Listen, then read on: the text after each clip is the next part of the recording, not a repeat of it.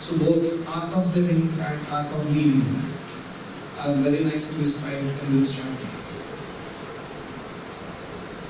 So this particular verse, Sutta Uvacha, being afraid of having killed so many subjects on the battlefield of Kurukshetra, Maharaj Yudhishthir went to the scene of massacre. There, Bhishma was lying on a bed of arrows, about to pass out.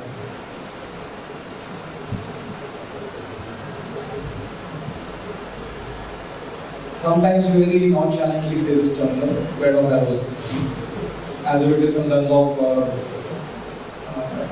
Tarlon. You know what is a bed of arrows? There was not a space enough to put one finger.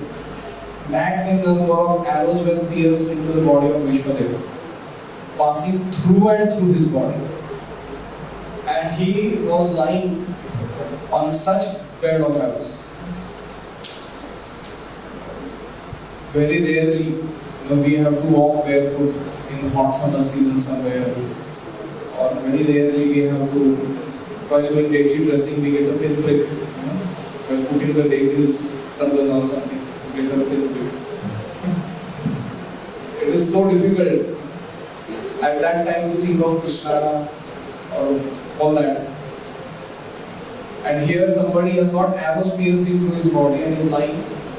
And now we are going to describe the character of that person. What kind of person he was. And it is not that this was a sinful person who had to suffer his bad karma because of his untoward, unmentionable activities. He was a person who followed dharma. A person who lived by his word of honor. A person who really tried to do the Lord's will in this world, even at the cost of being misunderstood. And such a person is undergoing such acute suffering in his life. So because most of you already know about Vishwadeva, I would not go in very detailed Charitra Varana, character sketch of Bhishma. But because there are some nice children here, I would like to still briefly describe some of his important pastimes. We all know Bhishma was son of Ganga Devi and Shantanu Maharaj. So Ganga Devi had to this awkward condition that Shantanu would not question her acts, especially about what she does with her newborn children. And she actually drowned 7 of them into Ganga. And this 8th one, which was Vasu, coming from celestial planets, known as Devamrita, she was taking him to drown into the Ganga. Shantanu Maharaj is not. What are you doing? What kind of cruel lady mother you are? And at that time she revealed her identity and the curses that had happened in the background, for which she was just fulfilling the wish of those children who were in earlier lives 8 Vasus. We had told her that we don't want to spend too much time on the earthly planet. As soon as we are born, you kill us. And we will come back to our celestial positions. This is how much the celestials value Earth, on which we are trying to build our 2 BHKs and buy some properties. So for them, it's like Sulabh Shochalaya, Earth planet. How if you go to the ST stand, and there they have this Sulabh Shochalaya, usually not very clean, kept clean. And if you really had to do your business, how would you feel going there? You will want to somehow go inside and come out quickly, finish it up. Exactly like that, the Devatas feel about coming on planet Earth in Kali Yuga. It's like going to Sulabh Shochalaya. So the Devatas were not very keen. They wanted to go back to their celestial position. And because of that, 7 of them were sent, and this 8th Vasu, now named Devavrat, stayed with Shantanu Maharaj. And Shantanu said, no, he cannot go. So Shantanu Maharaj personally looked after his well-being, and he also trained him as a royal prince. He got all kinds of trainings. In fact, at certain point of time, Ganga Devi, she told Shantanu Maharaj that let me have him for some days with me. I will take him to the heavenly planets, and there I will complete his education. It's like going to the Oxford or the Harvard in those days. So she took Devavrata with her by hand, and the mummy completed the education of this boy in the heavenly planets. I don't know, the details are not given whether Brihaspati was his guru or Indra taught him something and other demigods they taught him. You can imagine what kind of equipping, training this personality has got in his life. And when he became 16-year-old, she brought him back.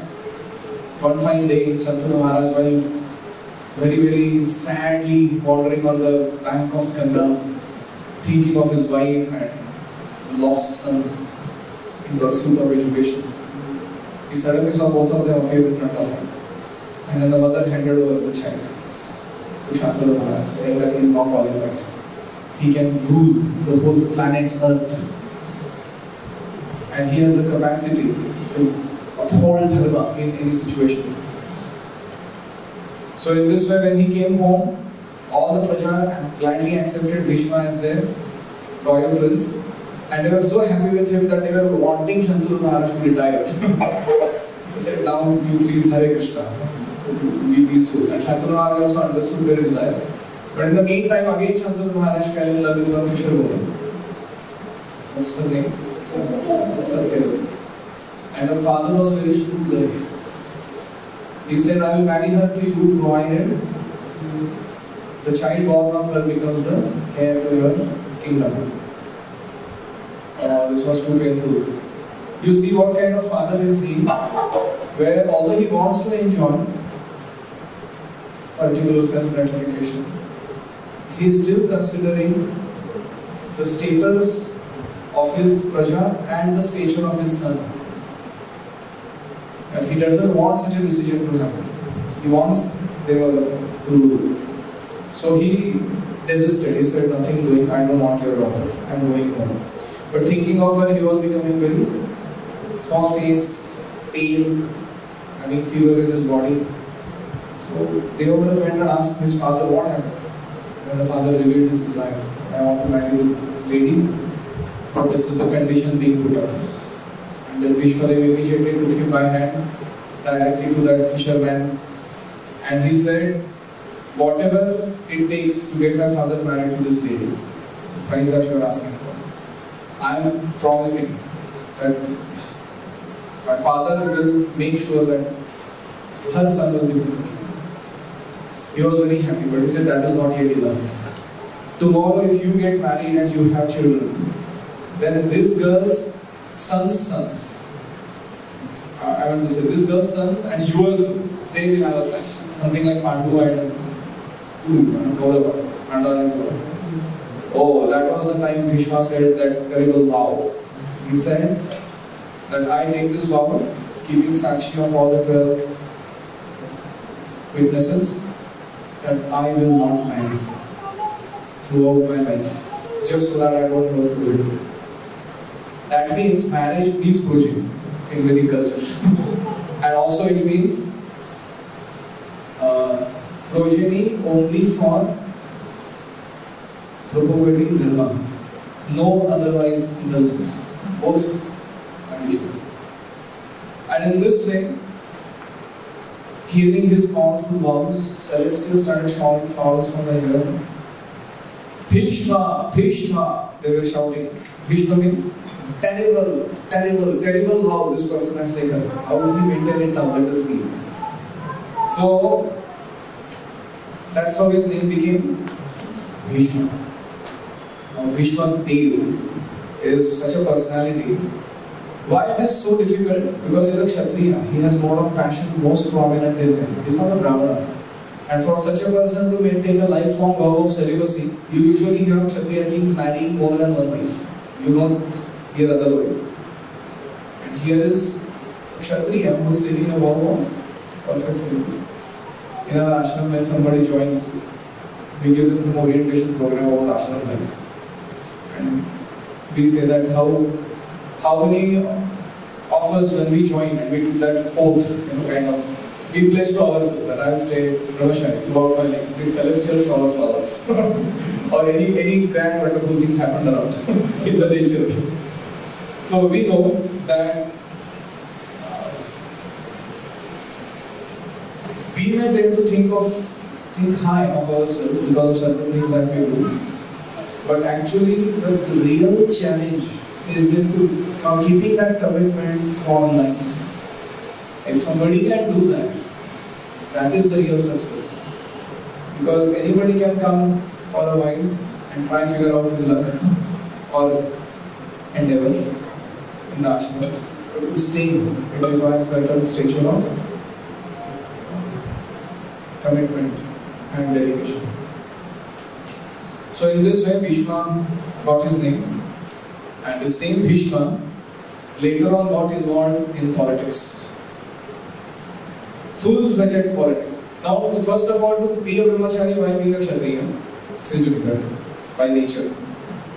And to be a brahmachari while dealing with kingdom, queens, royalty, opulence, sense gratification, power, control all around you, abundance of wealth and opportunity for enjoyment. In that situation, to stay brahmachari, that's even more difficult. It is easier to stay brahmachari when you don't have all these allurements. Like His Holiness Radhanath Maharaj says, on our brahmachari ashram, we should put a plate, party. Endangered species, do not hunt. That's what Mata is. So, जैसे पहले बहुत कम लोग हैं, बच्चे कुछ छोटे दुनिया में मिलते नहीं स्पीशीज में, unique species. So endangered species, do not hunt. So that's an instruction. It's very rare to have such a situation. So Bhishma, and of course we do create in our ashram a conducive situation for these people to stay lifelong as well. If they really want to, they can. The situation is culturally arranged in that direction. But Bhishma had no such cultural engineering. He was like full-fledged into royal dealings. And we know the nature of politics. You have to do a lot of things you would not otherwise do for yourself when you get involved with administration. So then, when Bhishma came back and from Satyavati came Chitrangada, Vichitra Virya, and their progeny eventually. Dhritarashtra, Pandu, and Vidura. And all of them, because Vichitra Virya could not have progeny. Vyasadeva actually begot this personality. Dhritarashtra, Pandu, and Vidura. And eventually, there was again a need when Pandu died and Vidura couldn't be the ruler and Dhritarashtra was blind. That time Satyavati approached Bhishma and said, you should get married now to continue the Kuru clan. He had all justification to say, oh, what can I do? Superiors ordered me, and then the situation also demanded for the service of mankind, for the upkeep of my praja, I had to get married. He could have said like, in fact, the very person who had obliged him to take that vow was relieving him of that vow. But then Bhishma said, no, I will maintain my vow that I have taken. And in this way, he set out for searching a suitable candidate for Vichitra Virya to marry. And that was the time this Ambalika's episode took place. And finally he had to land up in more problem.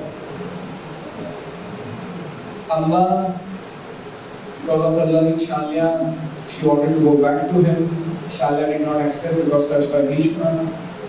She said, Bhishma, you should marry me now because you touched me. Bhishma said, I am a brahmachari, I don't get married. And then she cursed that I will be the cause of your death. You have tortured me too bad. And then she went to Parshuram. She tried to seek revenge through Parshuram. Parshuram came and he fought powerful war with Bhishmadev to get him married. Can you imagine? Bhishmadev कह रहे हैं परशुराम आके खुद लड़ाई कर रहे हैं तो मेरे को शादी करना ही चाहिए.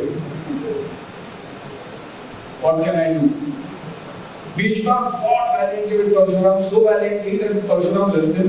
He said, "You are a wonderful warrior, and I don't want you to get married." That's better, I think, for your situation. And this lady you sorted out, and Parshuram went away. Now you can imagine what kind of personality is Bhishma, that he is keeping his vow intact despite all these either temptations or obstacles that are posed in front of him. And then finally, this Amba, she inseminated herself and she was reborn as Shikhandi. And we have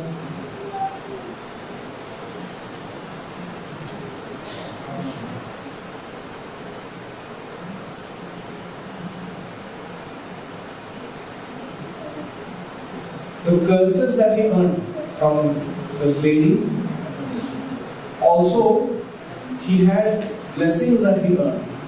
His father had blessed him that he will have Ichha with you. That's why he could die at his will. And eventually, he went on to become a very powerful warrior. But all throughout his life, as they say, he had to fold his tail and keep quiet in the court of the Kurus. Because he had taken an oath that I will always protect the person who sits on this throne of Kuru dynasty. This is a very risky thing that he did. We should never take organization-centric vows. We should only take vows that are spiritual-centric vows. Because tomorrow if the situation changes and you have to follow something which you don't want to be part of, but if you have taken a vow like this, you will be in miserable condition. So, Bhishmadev had to then protect, then keep Dhritarashtra, and then the upcoming royal prince Duryodhana, and he had to be apparently siding towards their party because of his vow that he had taken to protect the kingdom. And this was the background why Bhishma fought on the side of Duryodhana. But that was not the actual reason. The actual reason was because he was aware that Krishna wants him to fight on this side. To show how, if you are on the side of Adharma, you will lose. So I want to set the example of being a loser that he was aware of. And this is why Bhishma is called one of the 12 Mahajanas. Each Mahajana has done something so unique, often going against the Vedic laws. Bali Maharaj rejected his guru, or Bhishma, he fought on the side of Atharva. It's a very classic example. For the following of will of God, what kind of surrender this personality is shown. And the best part of Bhishma that I personally really admire and want to emulate is how he was dutiful and detached while doing his administration, yet fully absorbed in Krishna consciousness. Amazing role model, especially for brahmacharis who are in administrative positions in ISKCON. Bhishma is an amazing role model for that purpose. So he was extremely dutiful. He made sure that when Kunti had her sons, Gandhari had hers, their education, their upbringing, equipping, and their becoming powerful rulers, all happened under his personal supervision. And in this way, he was always supporting the upcoming next king, himself remaining detached from that throne, although he was the person to rule over the kingdom. So not only he was dharmic in his duties, he was highly Krishna conscious, but another interesting quality of Bhishma is that he was master in the field of Dharma, Shastra, Artha Shastra, Nyaya Shastra, all kinds of knowledge, branches of knowledge. He was really a wise man with tremendous experience and maturity. And despite all these credentials, he always remained a humble devotee at heart, never seeking credit and trying to follow his dharma. So, having said this much about his life in dedication to Krishna's will, why will Krishna not come for him at the time of his death? That's why at one of the prayers he says, Krishna has come before me because I am his unflinching servant. What kind of confidence that requires to say such a statement?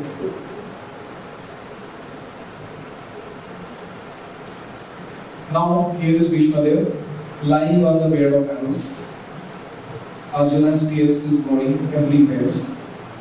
And in that painful situation, Krishna is most eager to take all the Pandavas to comfort Bhishma Dev. What was the desire of Bhishma Dev?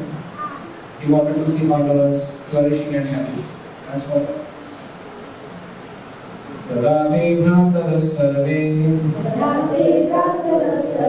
sadashvai svarna bhushitai Vagachandrate vipra Vyasatho vyadayastatha.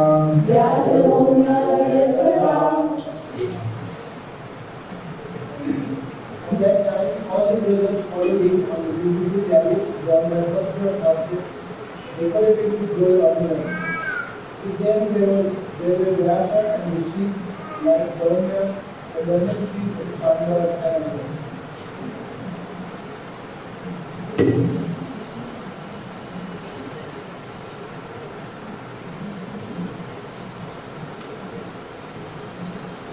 Prabhupada writes in the first purport, last 3 lines. This passing away of the great warrior attracted the attention of all the contemporary elites, and all of them assembled there to show their feelings of love, respect and affection for the great soul. There are people who have written books like When You Die, Who Will Cry? How do you judge the value of a person? Not only how he lived, but especially when he leaves, how many people are afflicted by the sense of gratitude and overwhelming sense of affection for that person. That is the real value that he added when he was living in this world. Usually, if somebody passes away, people think, "Acha ho gaya." Balatali. So that is what people are thinking in their mind about us when we pass away. Certainly, we have not yet understood. So we have to ask. We certainly need to live. In order to live properly, we need to learn how to live. So we have to learn the principles of Dharma so that we can live. And then the learning and the living is ultimately aimed at love. Prema Pumartho Mahan. We want to attain the perfection of our life, which is Krishna Prema. And the part of developing our love for God is to also offer a lasting contribution through our lives in the mission of the Lord. That is called as leave a legacy. So to live, to learn, to love, and to leave a legacy. These are like primary human aspirations that we should have in life. And this to live is not just like how Yavat Jiva Sukham Jivet, Runam Kutvam Bhutam Vivet. Not that type of thing. We actually want to live longer and healthy so that we can do the next three things. Learn to love and to leave a legacy in the best possible manner. That is what is the meaning of the term youth.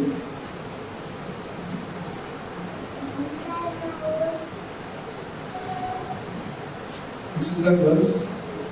Kamasya naindriya priti ragho jiveta yavata jivasya tattva jignasa nartho yaschena karmani. The purport to one is writing, one should accept bare minimum things so that one can be steady and peaceful to discharge spiritual life. So in that context, one has to take whatever is needed for the upkeep of the body in a healthy condition. So why we talked about these four things is because Bhishma has set a high class example in all four of them. And how do you know when he is passing away, what type of people are responding to his contribution to the world? So who is the person? Vyasa and Dhaumya. These are the first two people that are mentioned. And other people already known are Krishna and the five Pandavas. So totally how many? 8. Next verse. Bhagavan viprashe rathena sadananjaya sarvairvyadacho loka kubera iva guhyakaihi. Translation. Okay, from the Brahmana, Lord Sri Krishna, the conscious Godhead, also followed, waited on a chariot to the Krishna. Thus, when he Yudhishthira appeared very aristocratic, like Kuvera surrounded by his companions, was Kundura. So if somebody is passing away, do you really go well dressed to meet them? With crowns and jewelry, elaborate arrangement, very beautiful, clean shaved. Why is this? Why this whole arrangement?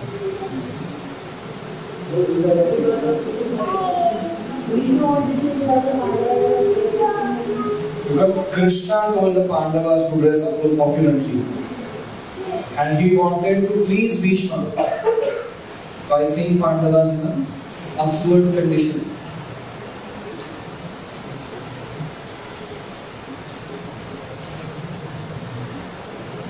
Drashtvadipatitam bhumau divyastutamivaram pranemo pandava bhishmam sadhuka sahachakrina. Translation.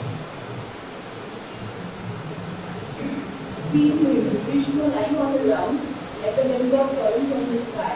The Pandava king Yudhishthira, along with his little brother and Lord Krishna, go down with him.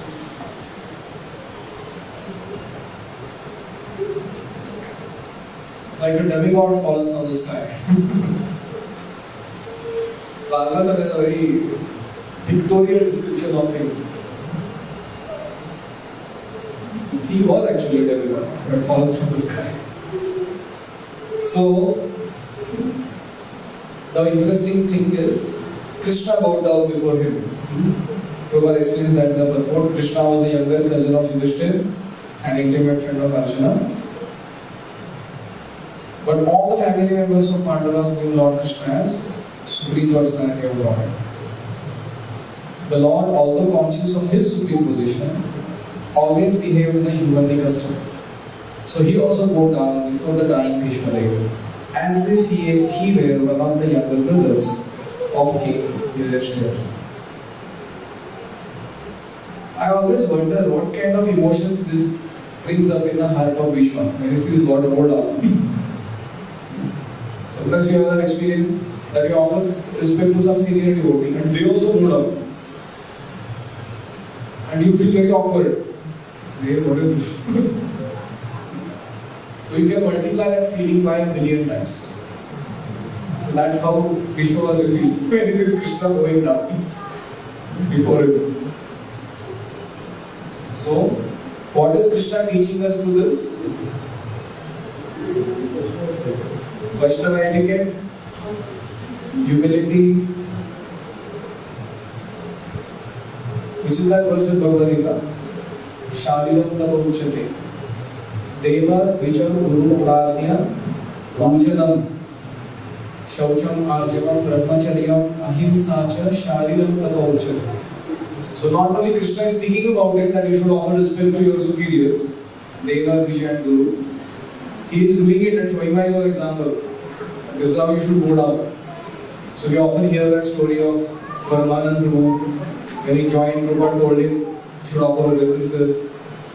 And initially he was reluctant, then he learned. And when his initiation took place, Prabhupada told him, go and go down before your mother.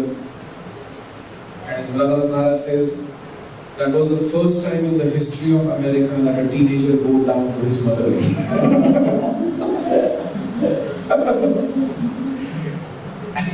And Radha Maharaj, she was like stunned, not knowing what to do. They don't have an understanding how to reciprocate now with this.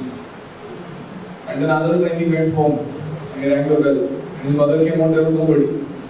She looked down, he was flat on the ground, offering her. And then he was chanting Nama Vishnu Padaya, Vishnu Krishnaya, but that's the mantra he knew. When going down before his mother.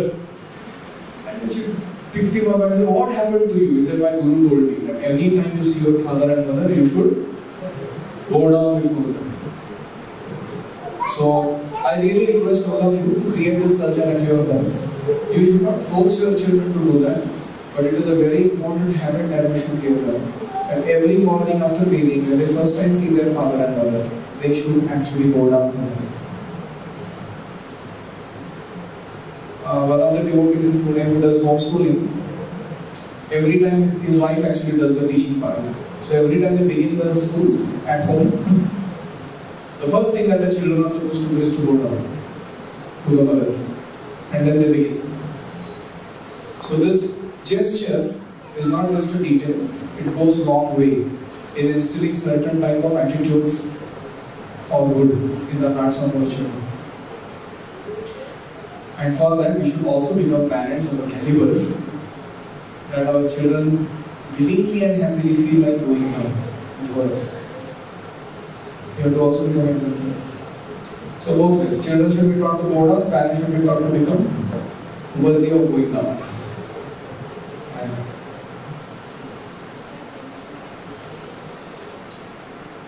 Now comes a list of the contemporary rites. Tatra brahmarshaya sarve devarshayascha saptama rajarshayascha tatrasan drashtum bharatapumgavam. Translation. Just to see the chief of descendants of Krishna, all the great souls in living gods, namely the rishis among the living gods, Brahmanas and their kings, are situated in the body of goodness, gods and the dead. All Brahmarshis, all Rajarshis, and all Devarshis. And Sattama refers to situated in the quality of goodness. They all appear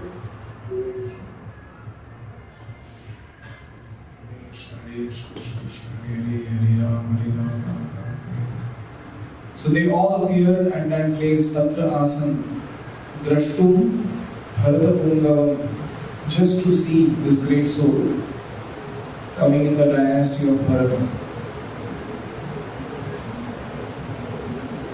And Bhagavatam doesn't end here by just generically giving the titles, Brahmarshi, Devarshi, and Rajarshi. It gives the names. Parvato Narado Dhaumyo Bhagavan Badarayanaha Brihadashvo Bharadvajaha Sashishyo Renuka Sutaha Vasishtha Indra Pramadam Trito Grutsamado Sitaha Kakshivan Gautamo Trishcha Kaushikotra Sudarshanaha. Translation.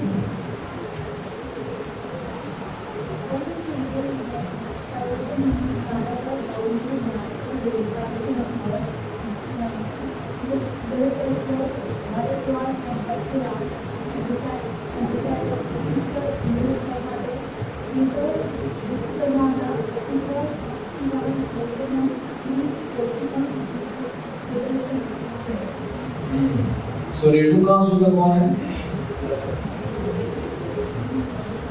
Parshuram. Renuka's husband is Jamadagni.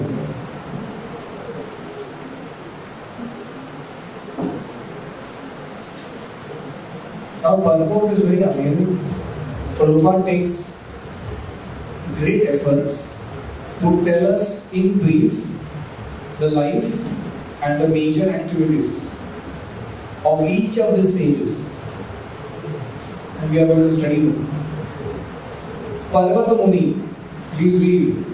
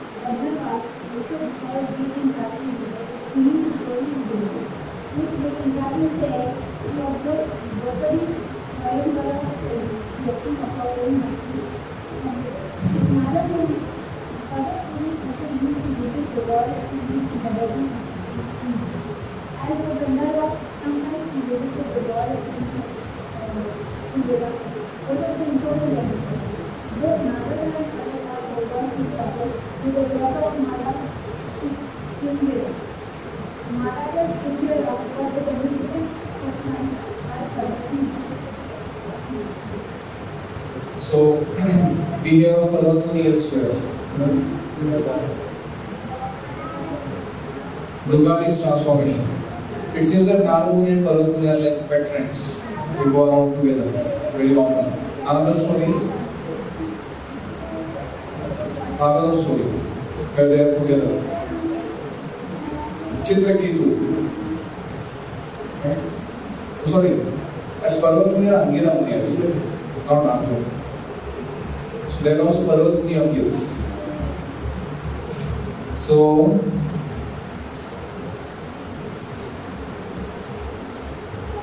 one of the reasons why we should study in detail about these personalities is because by studying their character, we develop their qualities in ocean, some proportion. Otherwise, we have to read our modern history, Abdali, Ghori, Ghazni, and all kinds of weird fellows. So here, studying this kind of people and their activities doesn't lead to any purification. Another thing that this study does is that it instills in our heart great faith in Vedic culture. Knowing what kind of personalities have followed this culture and what has this culture done to them. What have they become by following this culture. Narada Muni, now that's a big topic. We already have been studying in the past. I have tried to search this, I have not yet got it. Once I get it, I have also marked it here for myself. I know which will get it. So, Narada Muni, what is he doing? Please read some aloud. Narada Muni is able to associate with the leadership of he is peaceful in his life. He was the father of the new association with the devotee and became elected to the devotional service. Like the next day, he became a perfect compatible with the Christian. However, his name is mentioned in many places. He is the principal of the chief says, he is the start a disciple of the Brahma. From him, the disciplic successor to the line of Brahma has been spread. The initiated Brahma Guru Maharaj and many celebrated devotees by the Brahma. He initiated even Vyasdeva, almost the meditation. So Vyasdeva, Madhvacharya and Guru. And thus the Bhagavad Gita increased to Yogi Sangha like this also has spread all over the world. Sri Chaitanya Mahaprabhu belonged to this Madhva. Therefore, Brahma, Narada, Vyasa, down to Madhva, Satyam, and the Gopals all belong to the same line of simply success. Narada has instructed many people from right to Gopal. In the Bhagavatam we can see that he instructed Bhagavatam that why too much women know water. And he instructed Vasudeva, other as well as Maharaj. My God. If Narada Muni comes for giving a Bhagavatam, how will you tell introduction to this personality? So this is like a very brief, who is Narada Muni? What all has he done? Prabhupada takes a chance here to give to the audience of his purports the clue that ISKCON is coming in a bona fide parampara from Narada Muni.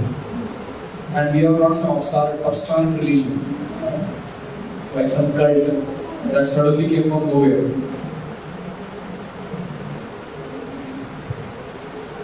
Now comes Dhaumya, permanent sense and return. The Greek says you will practice serious realization. Utkoch Katirtha. And was one day royal priest of the Pandavas. He acted as a priest in many religious functions of Pandavas, Samskara, and also each of the Pandavas was attended by him at the betrothal of Draupadi. He was present even during the exam of Pandavas and used to advise them in circumstances where they were perplexed.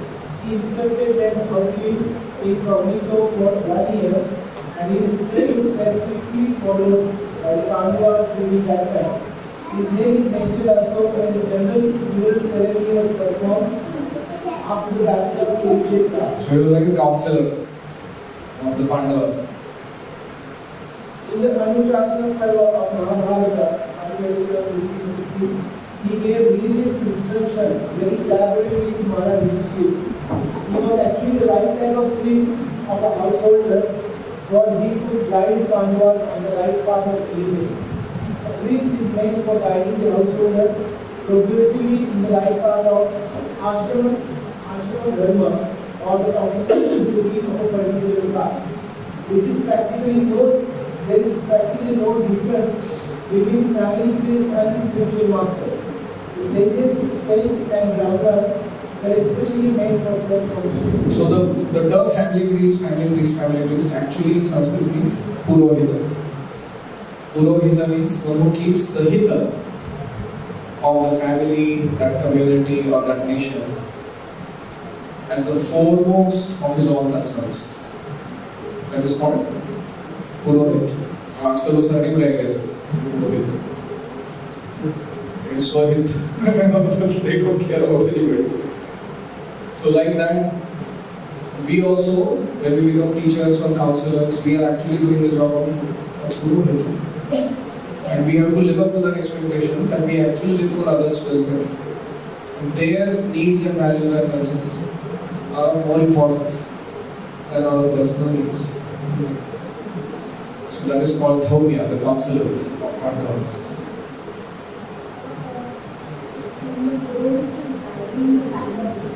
Sometimes interest of these things of the right interest, total non-perceptive. Sometimes might go against the will of the family. So how When the counselor is guiding and he has to give an instruction that is unpalatable because of the conditionings of the people in that family. My personal strategy, I often keep telling you about it, is two things. Number one, we should always speak the truth in kindness, which means that we never ever cheat or lie or misguide. We actually say what we want to say when we are guiding others. At the same time, we are very sensitive about how will that truth affect them and what will they be able to do with it. So one should be very kind in presenting the truth and not just self-righteous. मैंने बोला करना है तो करना है.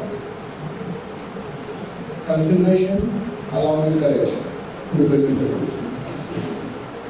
The second thing is we always give 5 options. Just like Arjuna said, I shall not fight. Now what should I do? I have told him already, I shall not fight. What should I do? Because I am confused, what should I do? It's like a namesake. Sometimes we basically want God also to reconfirm our conditionings and our self-gratification plan. So what should I do? अब तुमने बोला ना, नहीं बैठता, अब करो। भाई कृष्णा जी तो बोल सकते कैसे? तो कृष्ण ने बोला ठीक है, 5 levels. From point of view of Shuddha Bhakti, Jnana and Ashtanga, Karma Yoga point of view, from point of view of demigod worship and worldly enjoyment in this earth, and even from the point of view of atheism, even if you believe that there is no soul, there is no God, after body everything is perishes. From all 5 point of view, thou shalt fight. That's what Krishna is telling in Bhagavad Gita. Like a statement. And after giving all these options, Krishna says you could do this at the level of Bhakti Yoga, fully surrender to me and do my will. That you find difficult, then you become a Karma Yogi. From point of view of your Subhava, your Vritti, you do whatever you want to do as a warrior and give that as an offering to me. So like this, Krishna is giving options. So when people ask us about guiding them, so we should give them 2 or 3 or 4 options. And we should tell them, according to me, of this 5, you are situated at level 4 option to choose. And if you choose 5 here, that's best. But if you couldn't choose the 4th one, then you at least choose the 3rd one. Don't choose it. So we say that, and people have much more clarity about what they are doing. And they also feel that we are not choking them in our guidance. We are giving. So these are the 2 things I keep in mind while guiding. And after all this, Yatha Vichasi, no focus.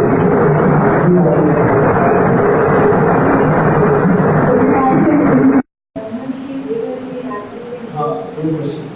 Brahmarshis are like Brahmanda's wishes. They are like super in their stature. Like Vasishtha, Vishwamitra, Bhrigu, they have attained Brahmarshi level. Devarshi is sage amongst demigods, the Devatas. So there are 4 lakh type of human beings. Right? Amongst these 4 lakh type of human beings, there are specific species of demigods. So there is Gandharva, Kindara, Siddha, Charana, Vidyadhara. There are a variety of them. Yaksha. So amongst them, somebody who is a sage is called Devarshi. And Rajarshi, we know, Raja and Rishi, he is a Kshatriya king, but he is a sage at heart. He is really a visionary and a person who cares for the welfare of the whole Praja. So he becomes Rajarshi. Now go next, Badarayana Vyasadeva. Please read. He is known as Krishna, Nirvana, Satyavati Sutta, Parasarya, Parasaraya, Badarayana, Vedavyasa, etc. He was the son of Mahamani Parashara, whom of Satyavati, prior to the backward with Maharaj Sundar, the father of the great general Vishnu. You know, in Vedic culture, one boy has got 15 names. And modern times, they give Tom, Jack, this kind of thing. And usually, there is no understanding you can derive out of that name. Nothing much can be derived out of it. What do you mean Jack? What does that mean essentially? It's short form of a Jack. So, the names in Vedic culture, they are so vivid and personalism is so rampant that the more and more character or the qualities of that person you get to know simply by the name itself. So we should also give direct Vedic names. sometimes parents are afraid, मेरे बच्चे को पूरा वैदिक, पूरा pure वैदिक नाम दे दिया तो फिर आगे चलकर कैसा होगा? स्कूल में जाएगा तो उसको विष्णु कह के बुलाएंगे, तो बोलेंगे विष्णु क्या है? You are too mythological. Contemporary friends may say like, actually it is we only who have got this inferiority complex. I don't know why we have it. क्या problem?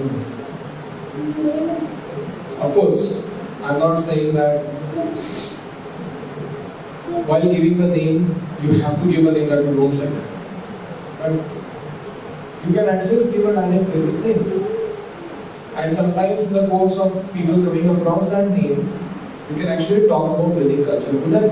When they ask, what does this mean? Amshuman. Wow, what does that mean? I have heard Superman, Batman, Amshuman. Yeah. So you can tell them. So this is why we should not shy away from practicing our own culture. This is an interesting thing you'll observe. In our culture only that we are so afraid of presenting ourselves as we are. In no other culture, religious or atheistic, are people afraid of representing their own culture. As it is. So we have tremendous inferiority. Another thing, Satyavati, before her marriage to Shantanu, she had a child from Vyasadeva, Parashara. And from that combination came Vyasadeva.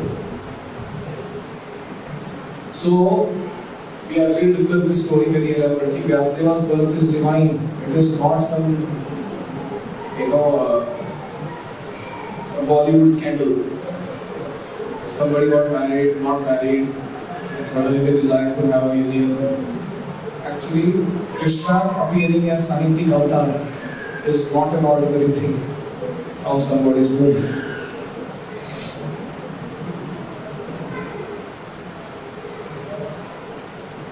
Continue. It is a powerful incarnation of Narayana and his Brahmas, reading his own word. As such, Vyasadeva is offered respect before the chance to very good, especially the Brahmanas. There was some Vaishya and she was like Vaishampaya. were disciples for different matters to Vedas. He is the author of the great epic Mahabharata. The great transcendental knowledge of Bhagavatam, Brahmasutras, Vedanta Sutras, Atharayana Sutras were compiled by him. Amongst these, he is the most respected author by TikTok studio appearances. When he wanted to record the great epic Mahabharata for the welfare of all people in the age of Kali, he was feeling the necessity of a powerful writer who would take up his dictation. By the order of Brahmaji, she narrated up the charge of putting down the dictation on the condition that Vyasadeva did not stop dictation for a moment. Mahabharata was thus appointed by the joint endeavor of Vyasa and Ganesha. Joint endeavor. Prabhupada पता नहीं है, he is far too ahead than his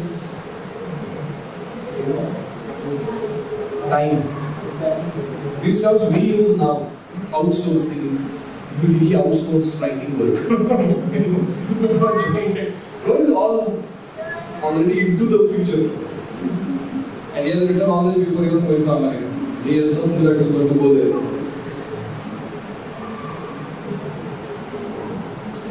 Go ahead. By the order of his mother, Satyavati, who was married to Maharaja Shankar, and by the interest of Vishnudev, the eldest son of Maharaja Shankar, by his first wife, Venus, he got 3 great sons, whose names are Rudraksha, Katu, and Vidura. The Mahabharata was compiled by Vyasadeva after the battle of Kurukshetra and after the death of all the heroes of Mahabharata. It was first spoken in the Royal Assembly of Maharaj Janmay, son of Maharaj Kanishka. So Prabhupada is telling us only the essentials. Otherwise, it will just go on about each stage. This is minimum we should know about Vyasadeva. What we just noted. How many of you know this before coming to this class? This is how Vyasadeva is. So, we continue our exploration of the sages and their personalities. Brihadashva. Right? First of all, we met Maharaj Abhishek at Kavya. This sage narrated the history of Maharaj Maharaj. There is another legacy of who is the same of Exotic Dynasty. Bharadwaja. One of the great and was present at the time of the birth ceremony of Arjuna. The powerful rishi sometimes undertook severe penances on the shore of the Ganges, and his Ashtama is still celebrated at Prayagha. It is known that this rishi, while taking bath in the Ganges, happened to meet Vritachi, one of the beautiful society girls of heaven, and thus he discharged semen, which was kept and preserved in the earthen pot, and from which Drona was born.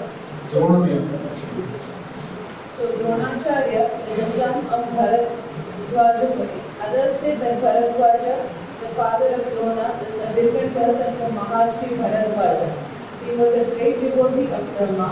Once he approached Dronacharya and requested him to stop the battle of Kurukshetra. How many of you know about Bharadwaja Gautam? Nice. So we have the descendants here from that sage. Next is Parshuram or Renuka Sutta. Please read. He is the son of Maharishi Janaka and Srimati Renuka. Thus he is also known as Renuka Sutta. He is one of the powerful incarnations of God. And it is the Kshatriya community as over 21 times. With the blood of the Kshatriyas, he is the soul of the soul father. Hare Krishna. Later on, he underwent severe penances at the Mahendra Parvat. After taking the whole earth from the Kshatriya, he gave it in charity to Ashwini. Parshuram instructed the Dhanurved, or the science of fighting, to Dronacharya, because he happened to be a Brahmana. He was present during the coronation of Maharaj Yudhishthira, and he celebrated the function along with other great Rishis. Parshuram is so old that he met both Ram, Krishna and different men. Rama also he met and Krishna. Where did he meet Rama? After the marriage. He comes and fights with him. At different times. He fought with Rama, but he accepted Krishna as the supreme personality of God. He also praised Arjuna when he saw him with Krishna. When Bhishma refused to marry Amba, who wanted him to become her husband, Amba met Parshuram, and by her request only he asked Bhishma to accept her as his wife. Bhishma refused to obey his order. Although he was one of the spiritual master of Krishna, Here is a noticeable point. Even if your spiritual master tells you to get married, that is one instruction you can disobey in Vedic culture. Another example of that is the Chatushkumaras. They were told by Brahmadev, you must marry and become Prajapatis. They said, what will happen then? Their children, then what? Grandchildren, then what? Great grandchildren, then what? Great great grandchildren. And the Chatushkumaras thought there is nothing great about this business. So they decided to remain brahmacharis. They said, no sir, we don't want to get into that. So these are the only places where you see that a person is allowed to disobey. If he is allowed to disobey a spiritual master, think of parents are alright to be disobeyed. For sure. And that's why you don't get any sin or this one thing that you can do. Of course, I'm not recommending anything here. I'm just making a philosophical point. कि अगर माता पिता बहुत ज़्यादा जोर जबरदस्ती करते हैं और लड़का बोलता है मुझे ब्रह्मचारी बनना है, तो उनका अनादर न किए बिना अगर वो उनको डिसोबे कर दें, it is authorized only for this one thing. And what you do after you become a brahmachari also matters. ऐसा नहीं कि वो brahmachari is not supposed to be a Phukat Chambu Baburao. He is supposed to do some valuable service for the society around. For that purpose, we have to dedicate all this cause. So please note, there are some subtle things like this. One statement and you can figure out the cultural insights of our Vedic culture. Vishnu actually to obey his order. All the years one of the spiritual master of Vishnu. Krishna fought with Vishnu. Bhishma neglected his warning. Both of them fought very severely. And at last Krishna was finished with Vishnu. And they gave him a meditation of becoming the greatest fighters in the world. This is amazing in Vedic culture. Two warriors are fighting over a lady, not because they want her in marriage. Pershua wanted to get married, he doesn't want to marry her. It's an interesting, if you really think about it, you never hear such things, right? Generally people quarrel over a woman. I want it or you want it. There love triangles, quadrangles, pentagons, hexagons, all kinds of crazy things. But in Vedic culture it is opposite. People are fighting over, I want to maintain my dignity and my dharma. And nobody in the world can come in between by following my laws. So it's a very unusual type of a fight. And I'm wondering, Mataji लोग को ऐसे करके आप मिलता क्या है? That is another question I really have. Because this Ambalika should have appreciated whatever happened. It's my karma, right? It's not that Bhishma is the singular cause of all the bad things that are happening in my life. It is not like that. But because she took it so seriously to her heart, she went on to an extent where she actually did a lot of chaos, basically. Parshuram और भीष्म का झगड़ा लगाने का मतलब क्या है? So, true, she needs protection, she needs a situation to be taken care of. So this is where one has to become extremely careful in one's dealings with them. Because all the wars that have ever happened, either have happened because of charitra dharma or incapacity to offer protection. So both of them fought very severely. That's the mind. Not for having the woman, but not wanting to marry. That's an important part of it. Vasishtha. Please read.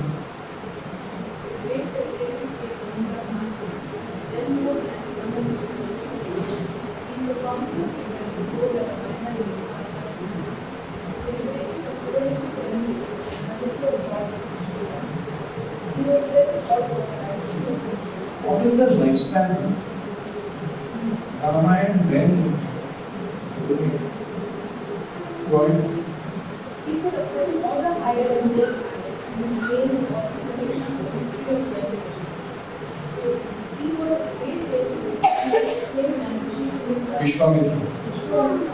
He wanted his family, which was the main part.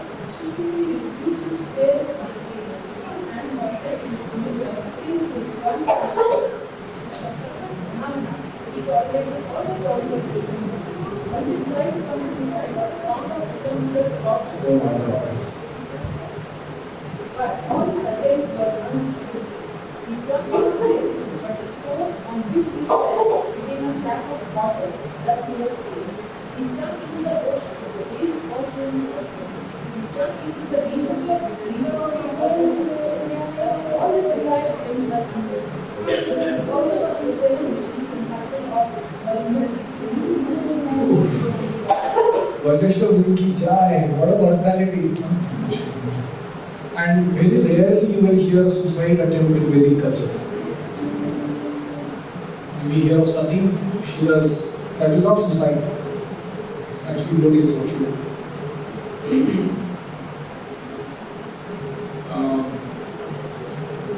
And this is an interesting case. Vishwamitra Muni must have really badly tortured Vasishtha. Otherwise, why would such a sage, who is like a spiritual master of Rama, who will try and attempt suicide? And the most amazing thing is, Vijay Mare Krishna Rakhe Krishna. Even if you want to commit suicide, Krishna doesn't want you to die. Everything else turns around. with your life.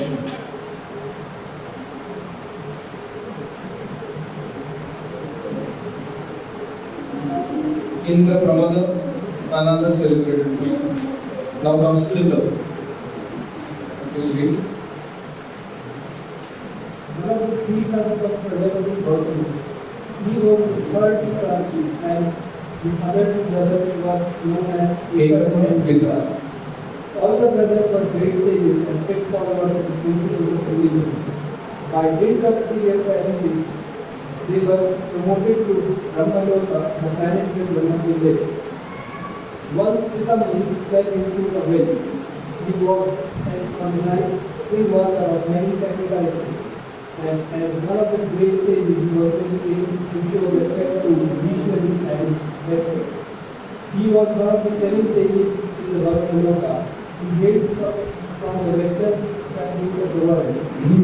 As such, most probably he belonged to the European countries. At that time, the whole world was under one living culture. Hare Krishna. I didn't get this line once. Pritamani fell into a well. And then suddenly there is nothing. What happened after that? So I have sent one email to ask Jaidev Maharaj about this. What do we go? Further, what next after this statement? Because we don't have original tapes that Prabhupada said this. It is just written. Prabhupada before in India only has written. Guru Sabada.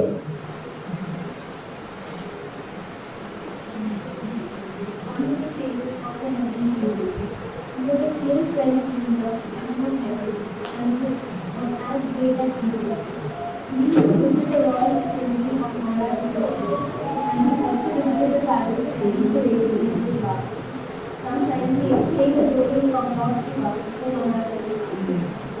He was the son of and he resembled king features of the body of Indra. Sometimes the enemies of Krishna were in Indra in their extreme. He was a great scholar of the Veda, and thus he was highly respected by the Brahmana community. He lived a life of celibacy and was powerful in intelligence. Asita.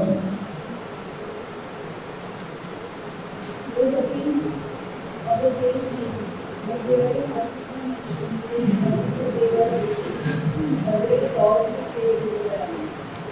He explained to his father 15 lakh verses from Mahabharata. He was one of the members of the chief sacrifice of Maharaj, generally present. He was also present during the coronation ceremony of Maharaj along with other great wishes. He also gave Maharaj wish to instruct his mind God on Anjana Devi.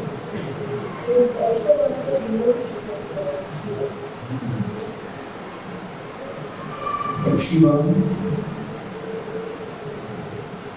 One of the sons of Gautama and the father of the great sage Chandra. He was one of the members of Parliament of Maharashtra. Member of Parliament. MP. Atri.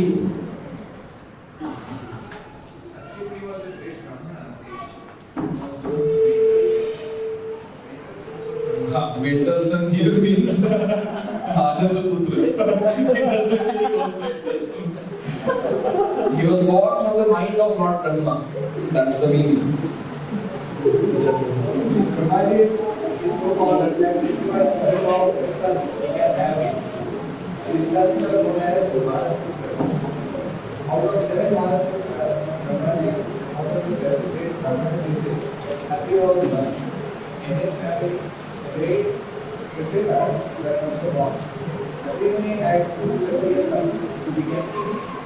King Anupama is one of them. He is counted as one of the 28 Brahmanas. His wife's name was Anasuya,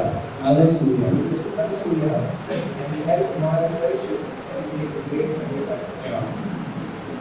So this in Maharashtra especially, there is a lot of confusion about this name. Anusaya, Anasuya. Anusaya, they make all khichdi out of this name. Anha, Asuya, one who is totally non-envious. That's the meaning.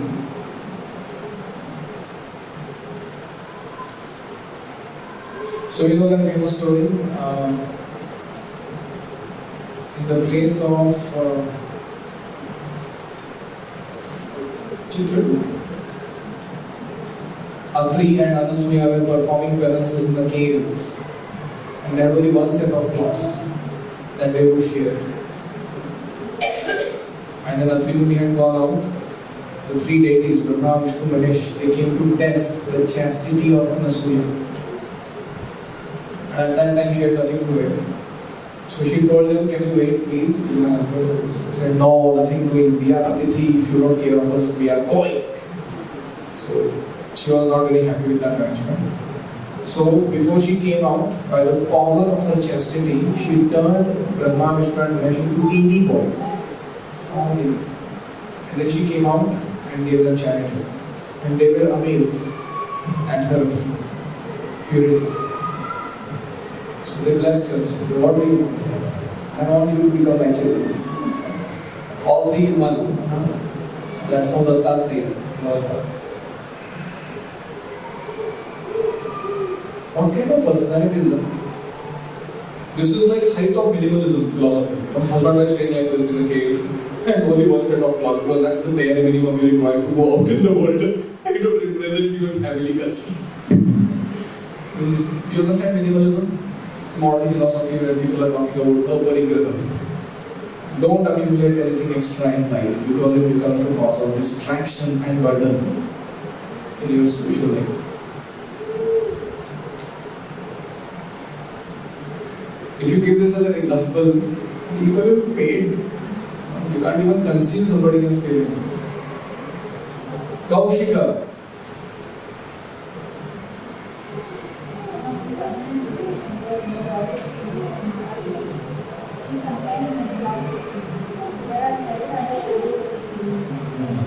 And Sudarshan. The spirit which is accepted by the personality of Godhead, Vishnu or Krishna, as his personal weapon, which is the most powerful weapon, greater than the traditions of Brahmastas, or similar other disastrous weapons. In some of the Vedic literatures, it is said that Agni-Dev, the fire god, presented this weapon to Lord Shri Krishna. But factually, this weapon is eternally carried by the Lord. Agni-Deva presented this weapon to Krishna in the same way that Rukmini was given by Maharaja to the Lord. The Lord accepts such presentations from his devotees, even though such presentations are eternally his property. There is an elaborate description of this weapon in the Adi Parva of the Mahabharata. Lord Shri Krishna used this weapon to kill Shishupal, a rival of Krishna. He also killed Salva by this weapon, and sometimes he wanted to spend Arjuna to use it to kill his enemies. So Krishna would sometimes lend Sudarshan to Arjuna on special occasions. So Sudarshan was personally present and Vishnu Dev's deathbed. So we end there. Any comments or questions? Agni-Dev presented this weapon to Krishna in the same way only was given by Maharaja. Rukmini is eternally related to Krishna. She doesn't need to be married to Krishna. So Rukma became an instrument in giving back what originally eternally belongs to the Lord and connecting them again with each other. Like that, Agni-Dev connected Sudarshan to Krishna.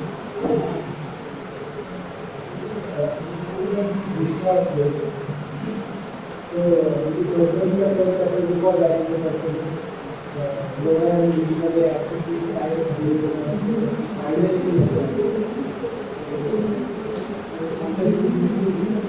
Heavy, say like.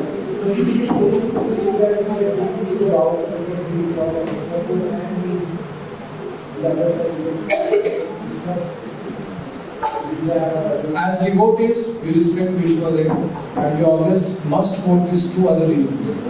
That he had taken the vow to keep the king on the throne protected, and also he has understood the will of the Lord.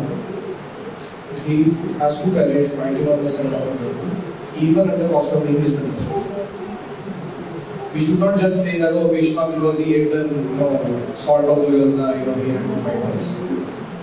That's just a very worldly and external kind of person.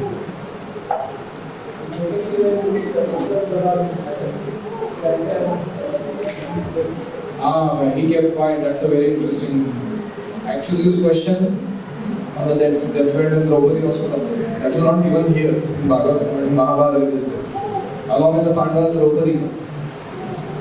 And seeing her, Bhishma becomes so heavy. And at that time, Yudhishthira is asking a question about dharma, he is answering them, and Draupadi kind of laughs. And he said, this Ragni, she is a very aristocratic personality. She will not just giggle like that. So, he says, Draupadi, why did you laugh? She said, nothing. He said, I know you are thinking of something. What is it? Because everything that she will do will have a purpose. And then she said that I am surprised that we are not discussing dharma here. And when I was seeking shelter in all of you during the story by Dushasana, that time what had happened to dharma? That time Bhishma answers. He says that because of eating salt of Duryodhana, my blood had become impure. And because Annamaya Kosh, Pranamaya Kosh affects your Manomaya and Vijnanamaya, said I actually failed to respond properly in that situation. But now that your husband Arjuna's arrows have pierced my body on order of Lord Krishna, all that impure blood is drained out, and my intelligence has become steady in dharma. That's why I'm able to speak what is dharma by grace of Krishna to your husband. He's actually apologetically seeking her forgiveness for what happened. This is how he pacifies her before he leaves.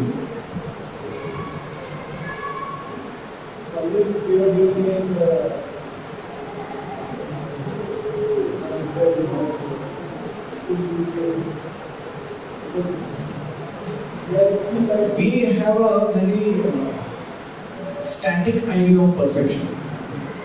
For us, perfection is spiritual some kind of a frozen reality. But it is not like that. Devotees in the Lord and Bhakti is a dynamic process. And what remains intact is exchange of Bhakti Rasa between the Lord and devotees and between devotees. That doesn't mean necessarily that the material surroundings and the activities they become zero.